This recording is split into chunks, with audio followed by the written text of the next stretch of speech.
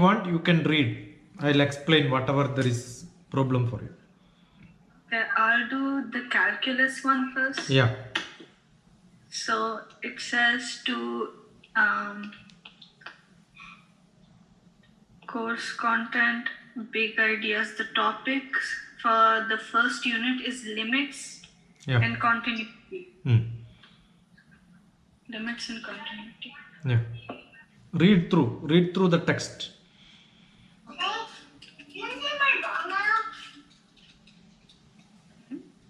I want to show his ball. Show my ball to him. Let now see my ball. Yeah, good. Go and play.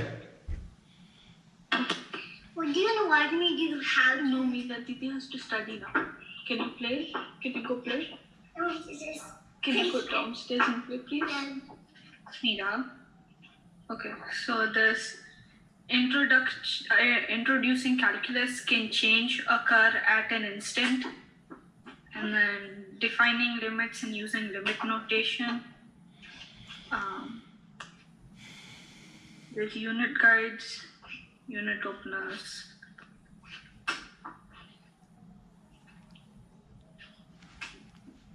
But limits and continuity, developing understanding. Limits introduces the subtle distinction between evaluating a function at a point and considering what value the function is approaching, if any, as x approaches a point. The distinction allows us to extend understanding of asymptotes and poles in graphs with formal definitions of continuity. Yeah. Consider reviewing rational functions when introducing limits rather than beginning the year with a full review of the calculus topics. Limits are the foundation for differentiation, integration, and infinite series. They are the basics for important definitions for theorems that are used to solve realistic problems involving change and to justify conclusions. Building the mathematical practices. Mathematical information may be organized or presented graphically, numerically, analytically, or verbally. Mathematicians must be able to communicate effectively in all of these contexts and transition seamlessly from one representation to another. Yeah. Assume you have a algebraic equation x equal to y. When we say x equal to y, that's an expression.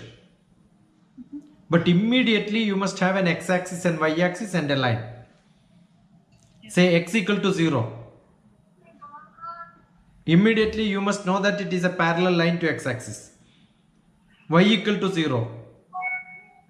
Parallel to y-axis. That is x-axis. Actually, y is equal to 0 is x-axis. Y is equal to 1 will be a parallel line to x-axis at 1.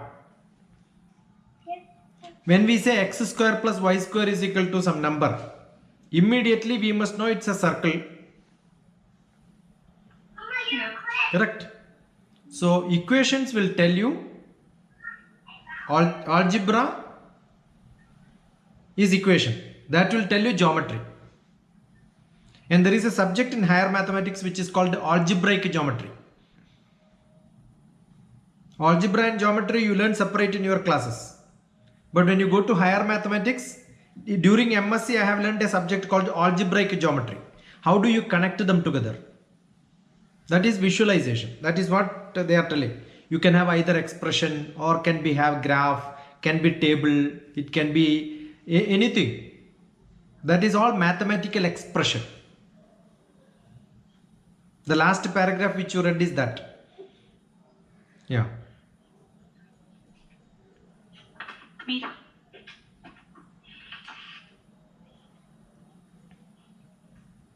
So, building the mathematical practices. Mathematical information may be organized or presented graphically, numerically, analytically, or verbally. Numerically and graphically also. Yeah. Analytically or verbally.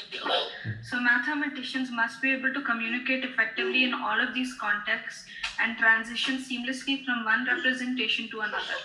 Limits lay the groundwork for students' ongoing development of skills associated with taking what is presented in a table, an equation, or a sentence and translating that information to a graph. or vice versa. Yeah. Assume you have a table which says 1970 what happened, 71 what happened, 72 what happened. It can be a population table. Right? So number of birth, number of death, the whole population, all these are tables. Year wise population is given, frequency is given. When you represent that graphically, it becomes a frequency curve. So it can be a table, it can be a graph, it can be a text.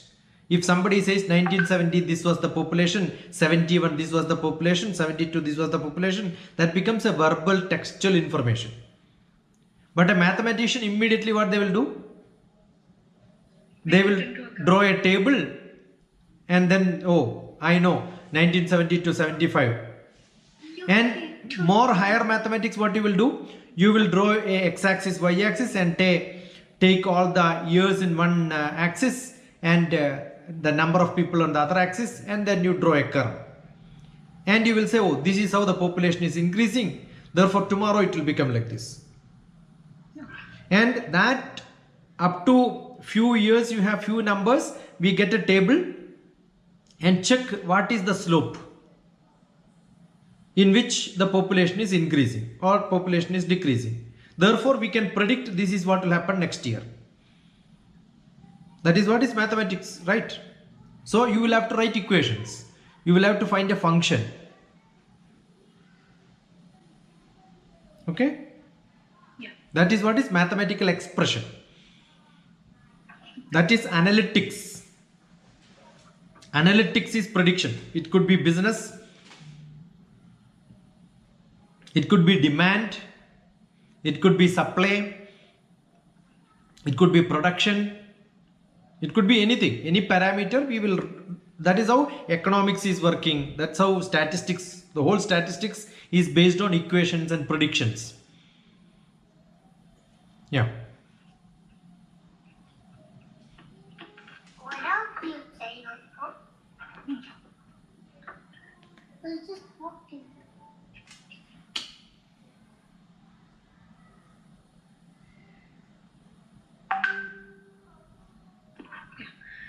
Mathematicians also explain reasoning and justify conclusions using definitions, theorems, and tests. A common student misunderstanding is that they don't need to write relevant given information before drawing the conclusion of a theorem. In Unit 1, students should be given explicit instruction and time to practice connecting the dots by first demonstrating that all conditions or hypotheses have been met and then drawing the conclusion. Yeah. See, in mathematics, you have given something. That information you must be able to picturize yourself. That is what brings the hypothesis in front of you to get some conclusions. Yeah. Preparing for the AP exam. This course is a full year experience building towards mastery assessment using the AP exam. Therefore, it is important to consider both specific content and skills related to each unit and to build a coherent understanding of the whole. After studying Unit 1, students should be prepared to evaluate or estimate limits presented graphically, numerically, or symbolically or verbally. To avoid missed opportunities to earn points on the AP exam, students should consider practicing using correct mathematical notation and presenting setups and appropriately rounded answers when using a calculator. 2 sections of the exam do not allow calculator use. Some questions on the other 2 sections require it. From the first unit onward, emphasize the importance of hypotheses for theorems. Explore why each hypothesis is needed in order to ensure that the conclusion follows. Students should establish the practices of explicitly verifying that the theorem's hypotheses are satisfied before applying the theorem. Hypothesis is what is given to you. What is that you are supposed to the state, the basics are given to you from which you have to build up. Yeah. That's all regarding your examination, what can be used, what cannot be used, right? Yeah. Conclusions comes from hypothesis. It's like a data. The data given to you for analysis is called hypothesis. Okay. Based on that, some principles, some rules, some relationships, all that is given. To solve the problem, what you require? That is called the hypothesis. It's like axioms, another word. What you should do is, whenever there is a technical term, whichever subject, let it be maths, physics, chemistry, social science, if the word is new to you, go and look at dictionary and understand it perfectly. Because these are all having some technical meaning, right? What is the meaning of hypothesis? Look at it. What is required to answer a problem? Is that given in the dictionary? No. Don't have to believe me. Just check.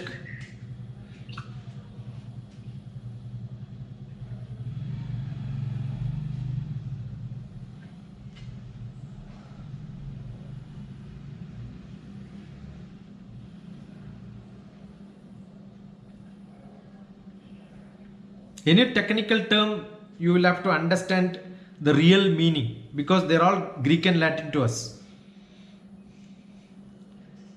A proposition or set of propositions set Yeah. forth as an explanation for the occurrence of some specified group or phenomenon. Yeah. Either is noted merely as a provisional conjecture to guide investigation, or accepted as a highly probable in the light of established facts. Yeah. So that is something, factor data given to you, which will help you in solving some problem. That's like a basic structure given to you. Correct? Yeah. Yeah.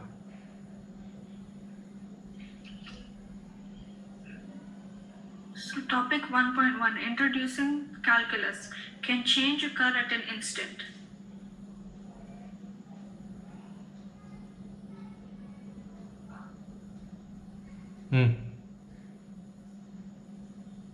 Enduring understanding. Calculus allows us to generalize knowledge about motion to diverse problems and involving change. Learning objective. Interpret the rate of change at an instant in terms of average rates of change over intervals containing that instant. Essential knowledge. Calculus uses limits to understand and model dynamic change. Because an average rate of change divides the change in See, one each variable- word is very, very important. Just don't rush reading it.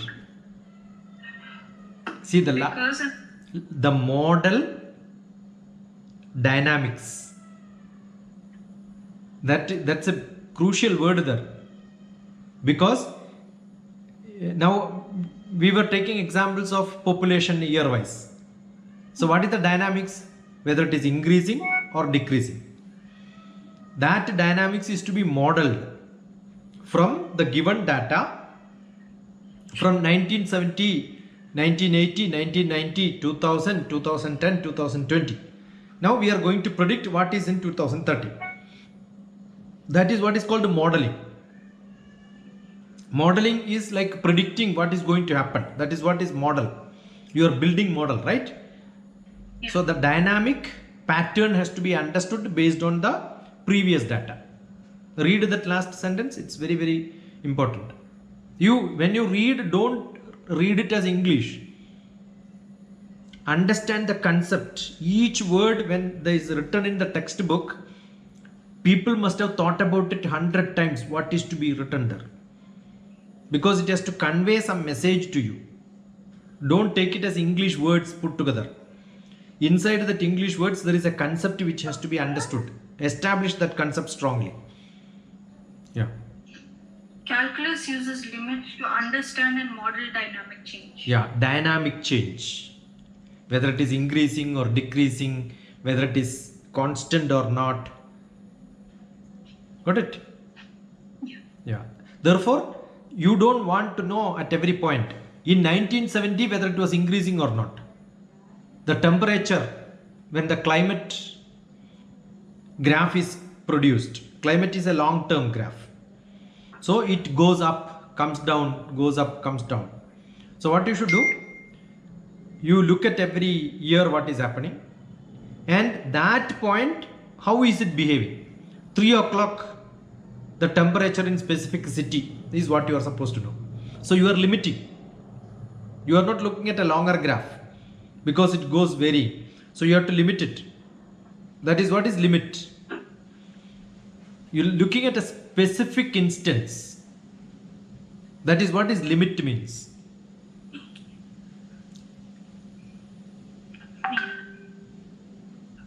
Yeah.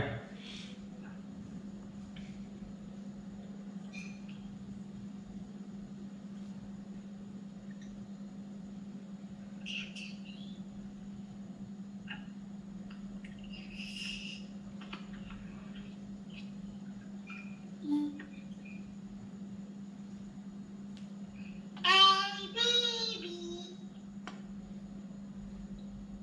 La, la, la, Because- my. Can you go downstairs and play, please? I told you Diti is trying to study. Mira, do you want me to call Mama? I want to throw this. I want to see Okay. you. Because an average rate of change divides the change in one variable by the change in another, the Yeah. average rate of change is undefined at a point where the change in the independent variable will be 0. So you assume that you wanted to study the population for 20 years. You take average for 5 years and divide by number of years is reduced. And then look at it. Take samples and then look at it. So you are not looking at a larger interval. That is what yesterday you remember. I was telling delta D by delta T. We don't take the whole distance. We will take a smaller portion. Yeah. Limit it. Limit your statistics.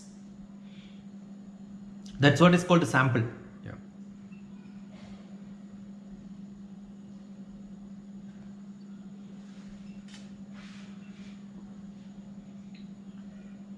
The limit concept allows us to define instantaneous rate of change in terms of average rates of change. Yeah. Instantaneous rate of change. Assume you want to know the temperature. You don't look at the whole day temperature. Morning it is different. Noon it is different. Evening it is different. Night it is different. So you have to sample them. Otherwise, if you just average blindly, you will end up in no conclusion. Yeah. Topic 1.2, defining limits and using limit notation. Yay. So reasoning with definitions, theorems and properties can be used to justify claims about limits. Learning objective, represent limits analytically using correct notation. Yeah. How do you write? Is what is going to say. Everybody should understand the same language, right? Yeah. So given a function f, the limit f of x as x approaches c is a real number r.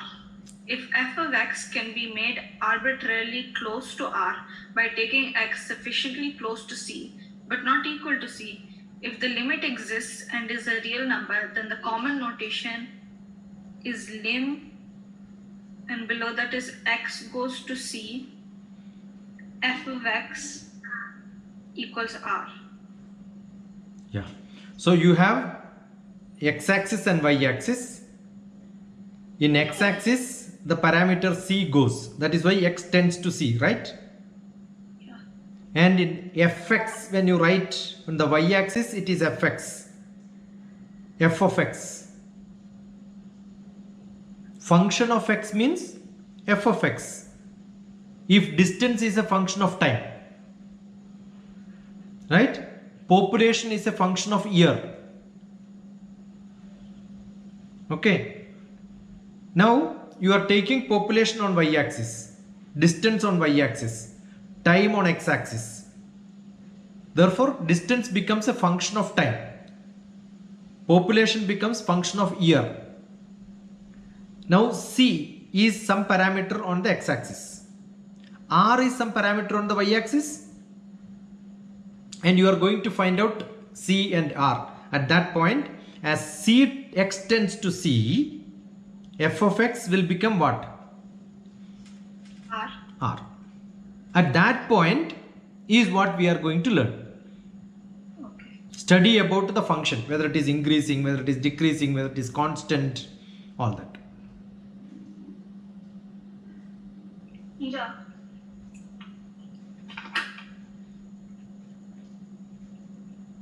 Exclusion statement.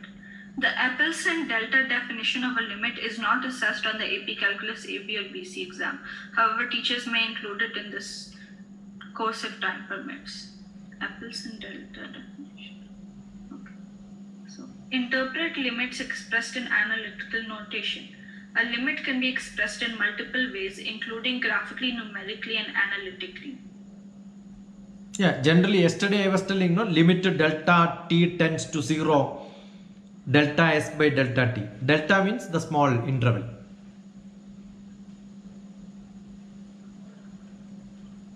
Topic 1.3, estimating limit values from graphs. Enduring understanding. Reasoning with definitions, theorems, and properties can be used to justify claims about limits. Learning objective. Estimate limits of functions. The concept of a limit includes one-sided limits. What's a one-sided limit? Yeah, assume that you say t tends to some number. Automatically the fx also tends, right? Yeah. You don't have to talk about fx goes to r when x goes to c. Yeah. Limit x tends to c fx, that itself will tell, because these are all dependent parameters. It's a function of x. Y is equal to x. When we say y is equal to x is the line. Definitely, you know, as x changes, y also changes, right?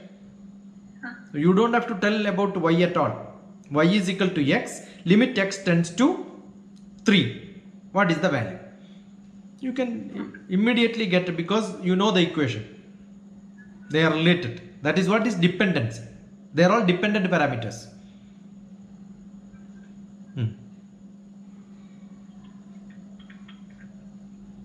Graphical information about a function can be used to estimate limits. That's what just now we said. Graphical representation x equal to y, because we know x-axis and y-axis. They are all simple basics. But if you visualize, it is basic. If you don't visualize, it becomes only some jugglery. Then later you will have problem. Oh, what did I read? Because of issues of scale, graphical representation of functions may miss important functional behavior. Yeah. Yeah, if your scale is not perfect, x-axis and y-axis, the scale has to be understood. One is year, the other one is population, number.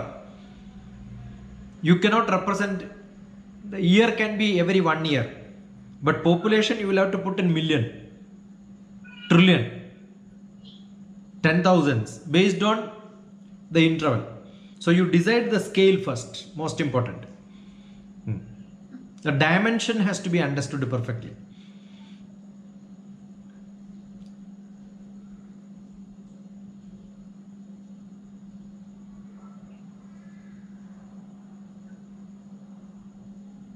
Many people, even they'll start drawing graph, then they find that the place is not enough. They'll have to keep on adding graph papers. Because you are not, see what is generally done, you know, that's important, the limit. The largest and the smallest number, and then scale it accordingly so that you can represent it. That's how you divide it. Yeah. A limit might not exist for some functions at a particular value of x. Some ways that the limit might not exist are if the function is unbounded. Yeah. If the It's function is unbounded. Unbounded. What could happen? Assume that you are looking at a temperature. There is a heavy rain one day. Somebody wanted to know on that particular day what is the temperature. It's unbounded. It just goes chaotic, unpredictable. That could happen. Now everybody wanted to study the population growth or maybe the number of death which happens. Regularly every year for last 20 years people studied. But 2020, coronavirus. unbounded. Yeah. Correct? Yeah. So undefined, it becomes chaotic, out of control. So the function misbehaves. And we don't even add it for average because it is out of limit. At that point, it becomes infinite. Infinite doesn't mean too much. It means with that function, it doesn't go, it just goes up. It's like a music, you have got a small wave, but some point when the mic is not working, you will see random, right? But you don't take it as, oh, it's a high pitch music in that time. No, you don't say. It's out of music. If the function is oscillating near this value, or if the limit from the left does not equal the limit from the right. Yeah, that's what it is now. It's too much. Either goes too high or too low. Topic 1.4, estimating limit values from tables. Enduring understanding. Reasoning with definitions, theorems, and properties can be used to justify claims about limits. Estimate limits of functions. Numerical information can be used to estimate limits. Yeah, this is what I said. Whether this is within the limit or not. Whether it is function is perfect or not. So you have the numerical value. The value only will tell you. Because it's all functions and limits. Always there is a value. X tends to. That means what is X? X is a value. Tends to what? Which value? These are all numbers. Can you use the equation to find the limit, or can you only find it using the graph? Its equations are always graphs. If you want to draw a graph, what is to be done? There has to be an X and a Y. It's a two-dimensional graph. Three dimensions also can be there. But assume you are looking at only a two-dimensional graph. That means there is an x-axis and a y-axis. How do you relate to them? Y is equal to fx. What can be y is equal to fx? Y is equal to x is one equation. Y equal to constant is also one equation. Correct? And y is equal to x square plus x multiplied with some other number. X square plus 2x. Therefore, it will not be a straight line. X square means it will start curve. Y is equal to x, y is equal to cx, y is equal to mx. That means the slope is m. What can be m? M can be half. Y is equal to x by 2. That can be a function. Y is equal to 2x. Then what will happen? When x becomes 1, y becomes 2. Y is equal to half x will be a curve which is almost close to x-axis. Y is equal to 2x will become too much slope, close to y-axis. So when you tell the number, it's always an equation. Graph, I know the graph goes straight in 45 degree. 45 degree it will go if it is y is equal to x. Y is equal to 2x will go close to y-axis. Y is equal to half x will go like this. Now another equations can be there. Trigonometric equation. Y is equal to sin x. That will go wave like this. X equal to 0, sin x will be 0. Y is equal to 0. Now y is equal to cos x will become. So it will start here, the wave will go. Instead of starting here, the wave at the x-axis, it will not start at here. The sin x will start like this. Cos x will start like this and then come down. Because at y is equal to x equal to 0, cos x is 1. Correct? You know trigonometric formula, right? Yeah. X equal to 0, sin x is 0. So sine graph will go like this. It's a wave. X equal to 0, cos x is 1. So here it will go like this. But both will be with a small difference. The wave will be like this. You will study that also. Most of the differential equations, the biggest, toughest, complicated thing will be dy by dx of sin x, cos x, cosecant x, tan x, secant x. So that time what are you doing? You are identifying how the sin x is changing, how the cos x is changing. So if you take the differential equation of sin x, it will become cos x, cosecant x. 1 by cos x it will become.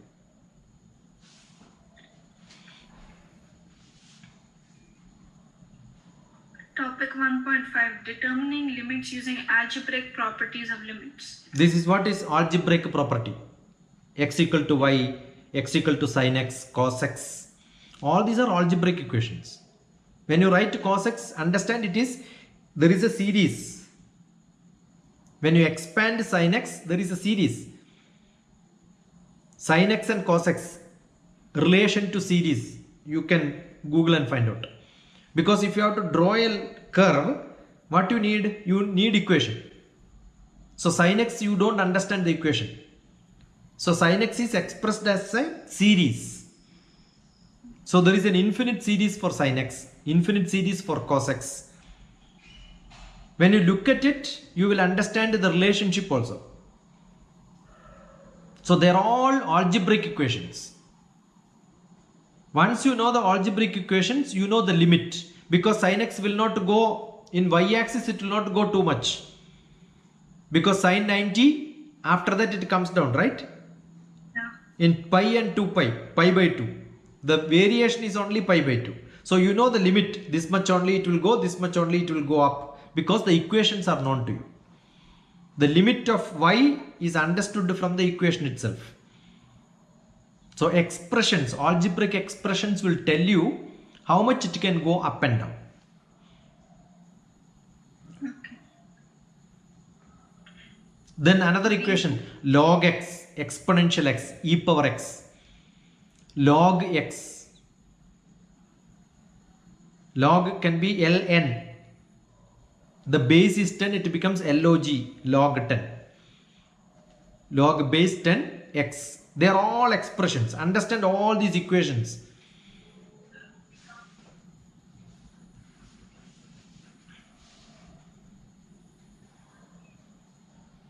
Determine the limits of functions using limit theorems. Yeah.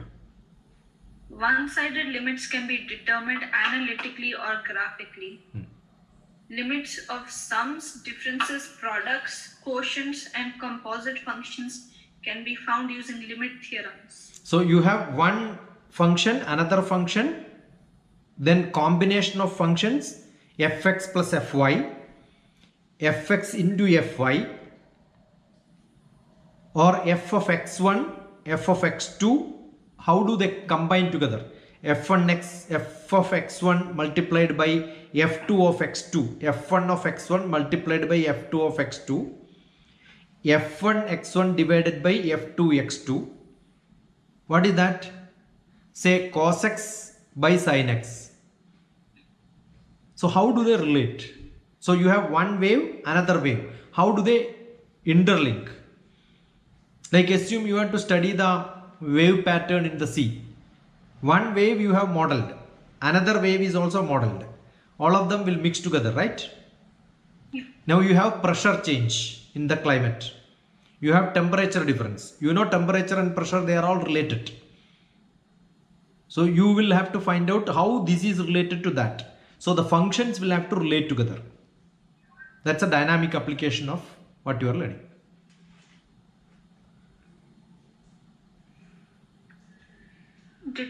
Topic 1.6. We will stop Determining here. limits using- It's almost half an hour. 40 minutes, 37 minutes now. So go through this, read once, before coming to me, read once and write down the technical terms, look at the meaning, so that communication becomes much easier. You will understand when I am saying, when you are reading also. Whatever you have to learn, look at the syllabus. Okay, this much you have to learn today. Look at all the technical terms. Understand the meaning. Fine? Yeah. Good girl. Thank you. Enjoy? Yeah. Good.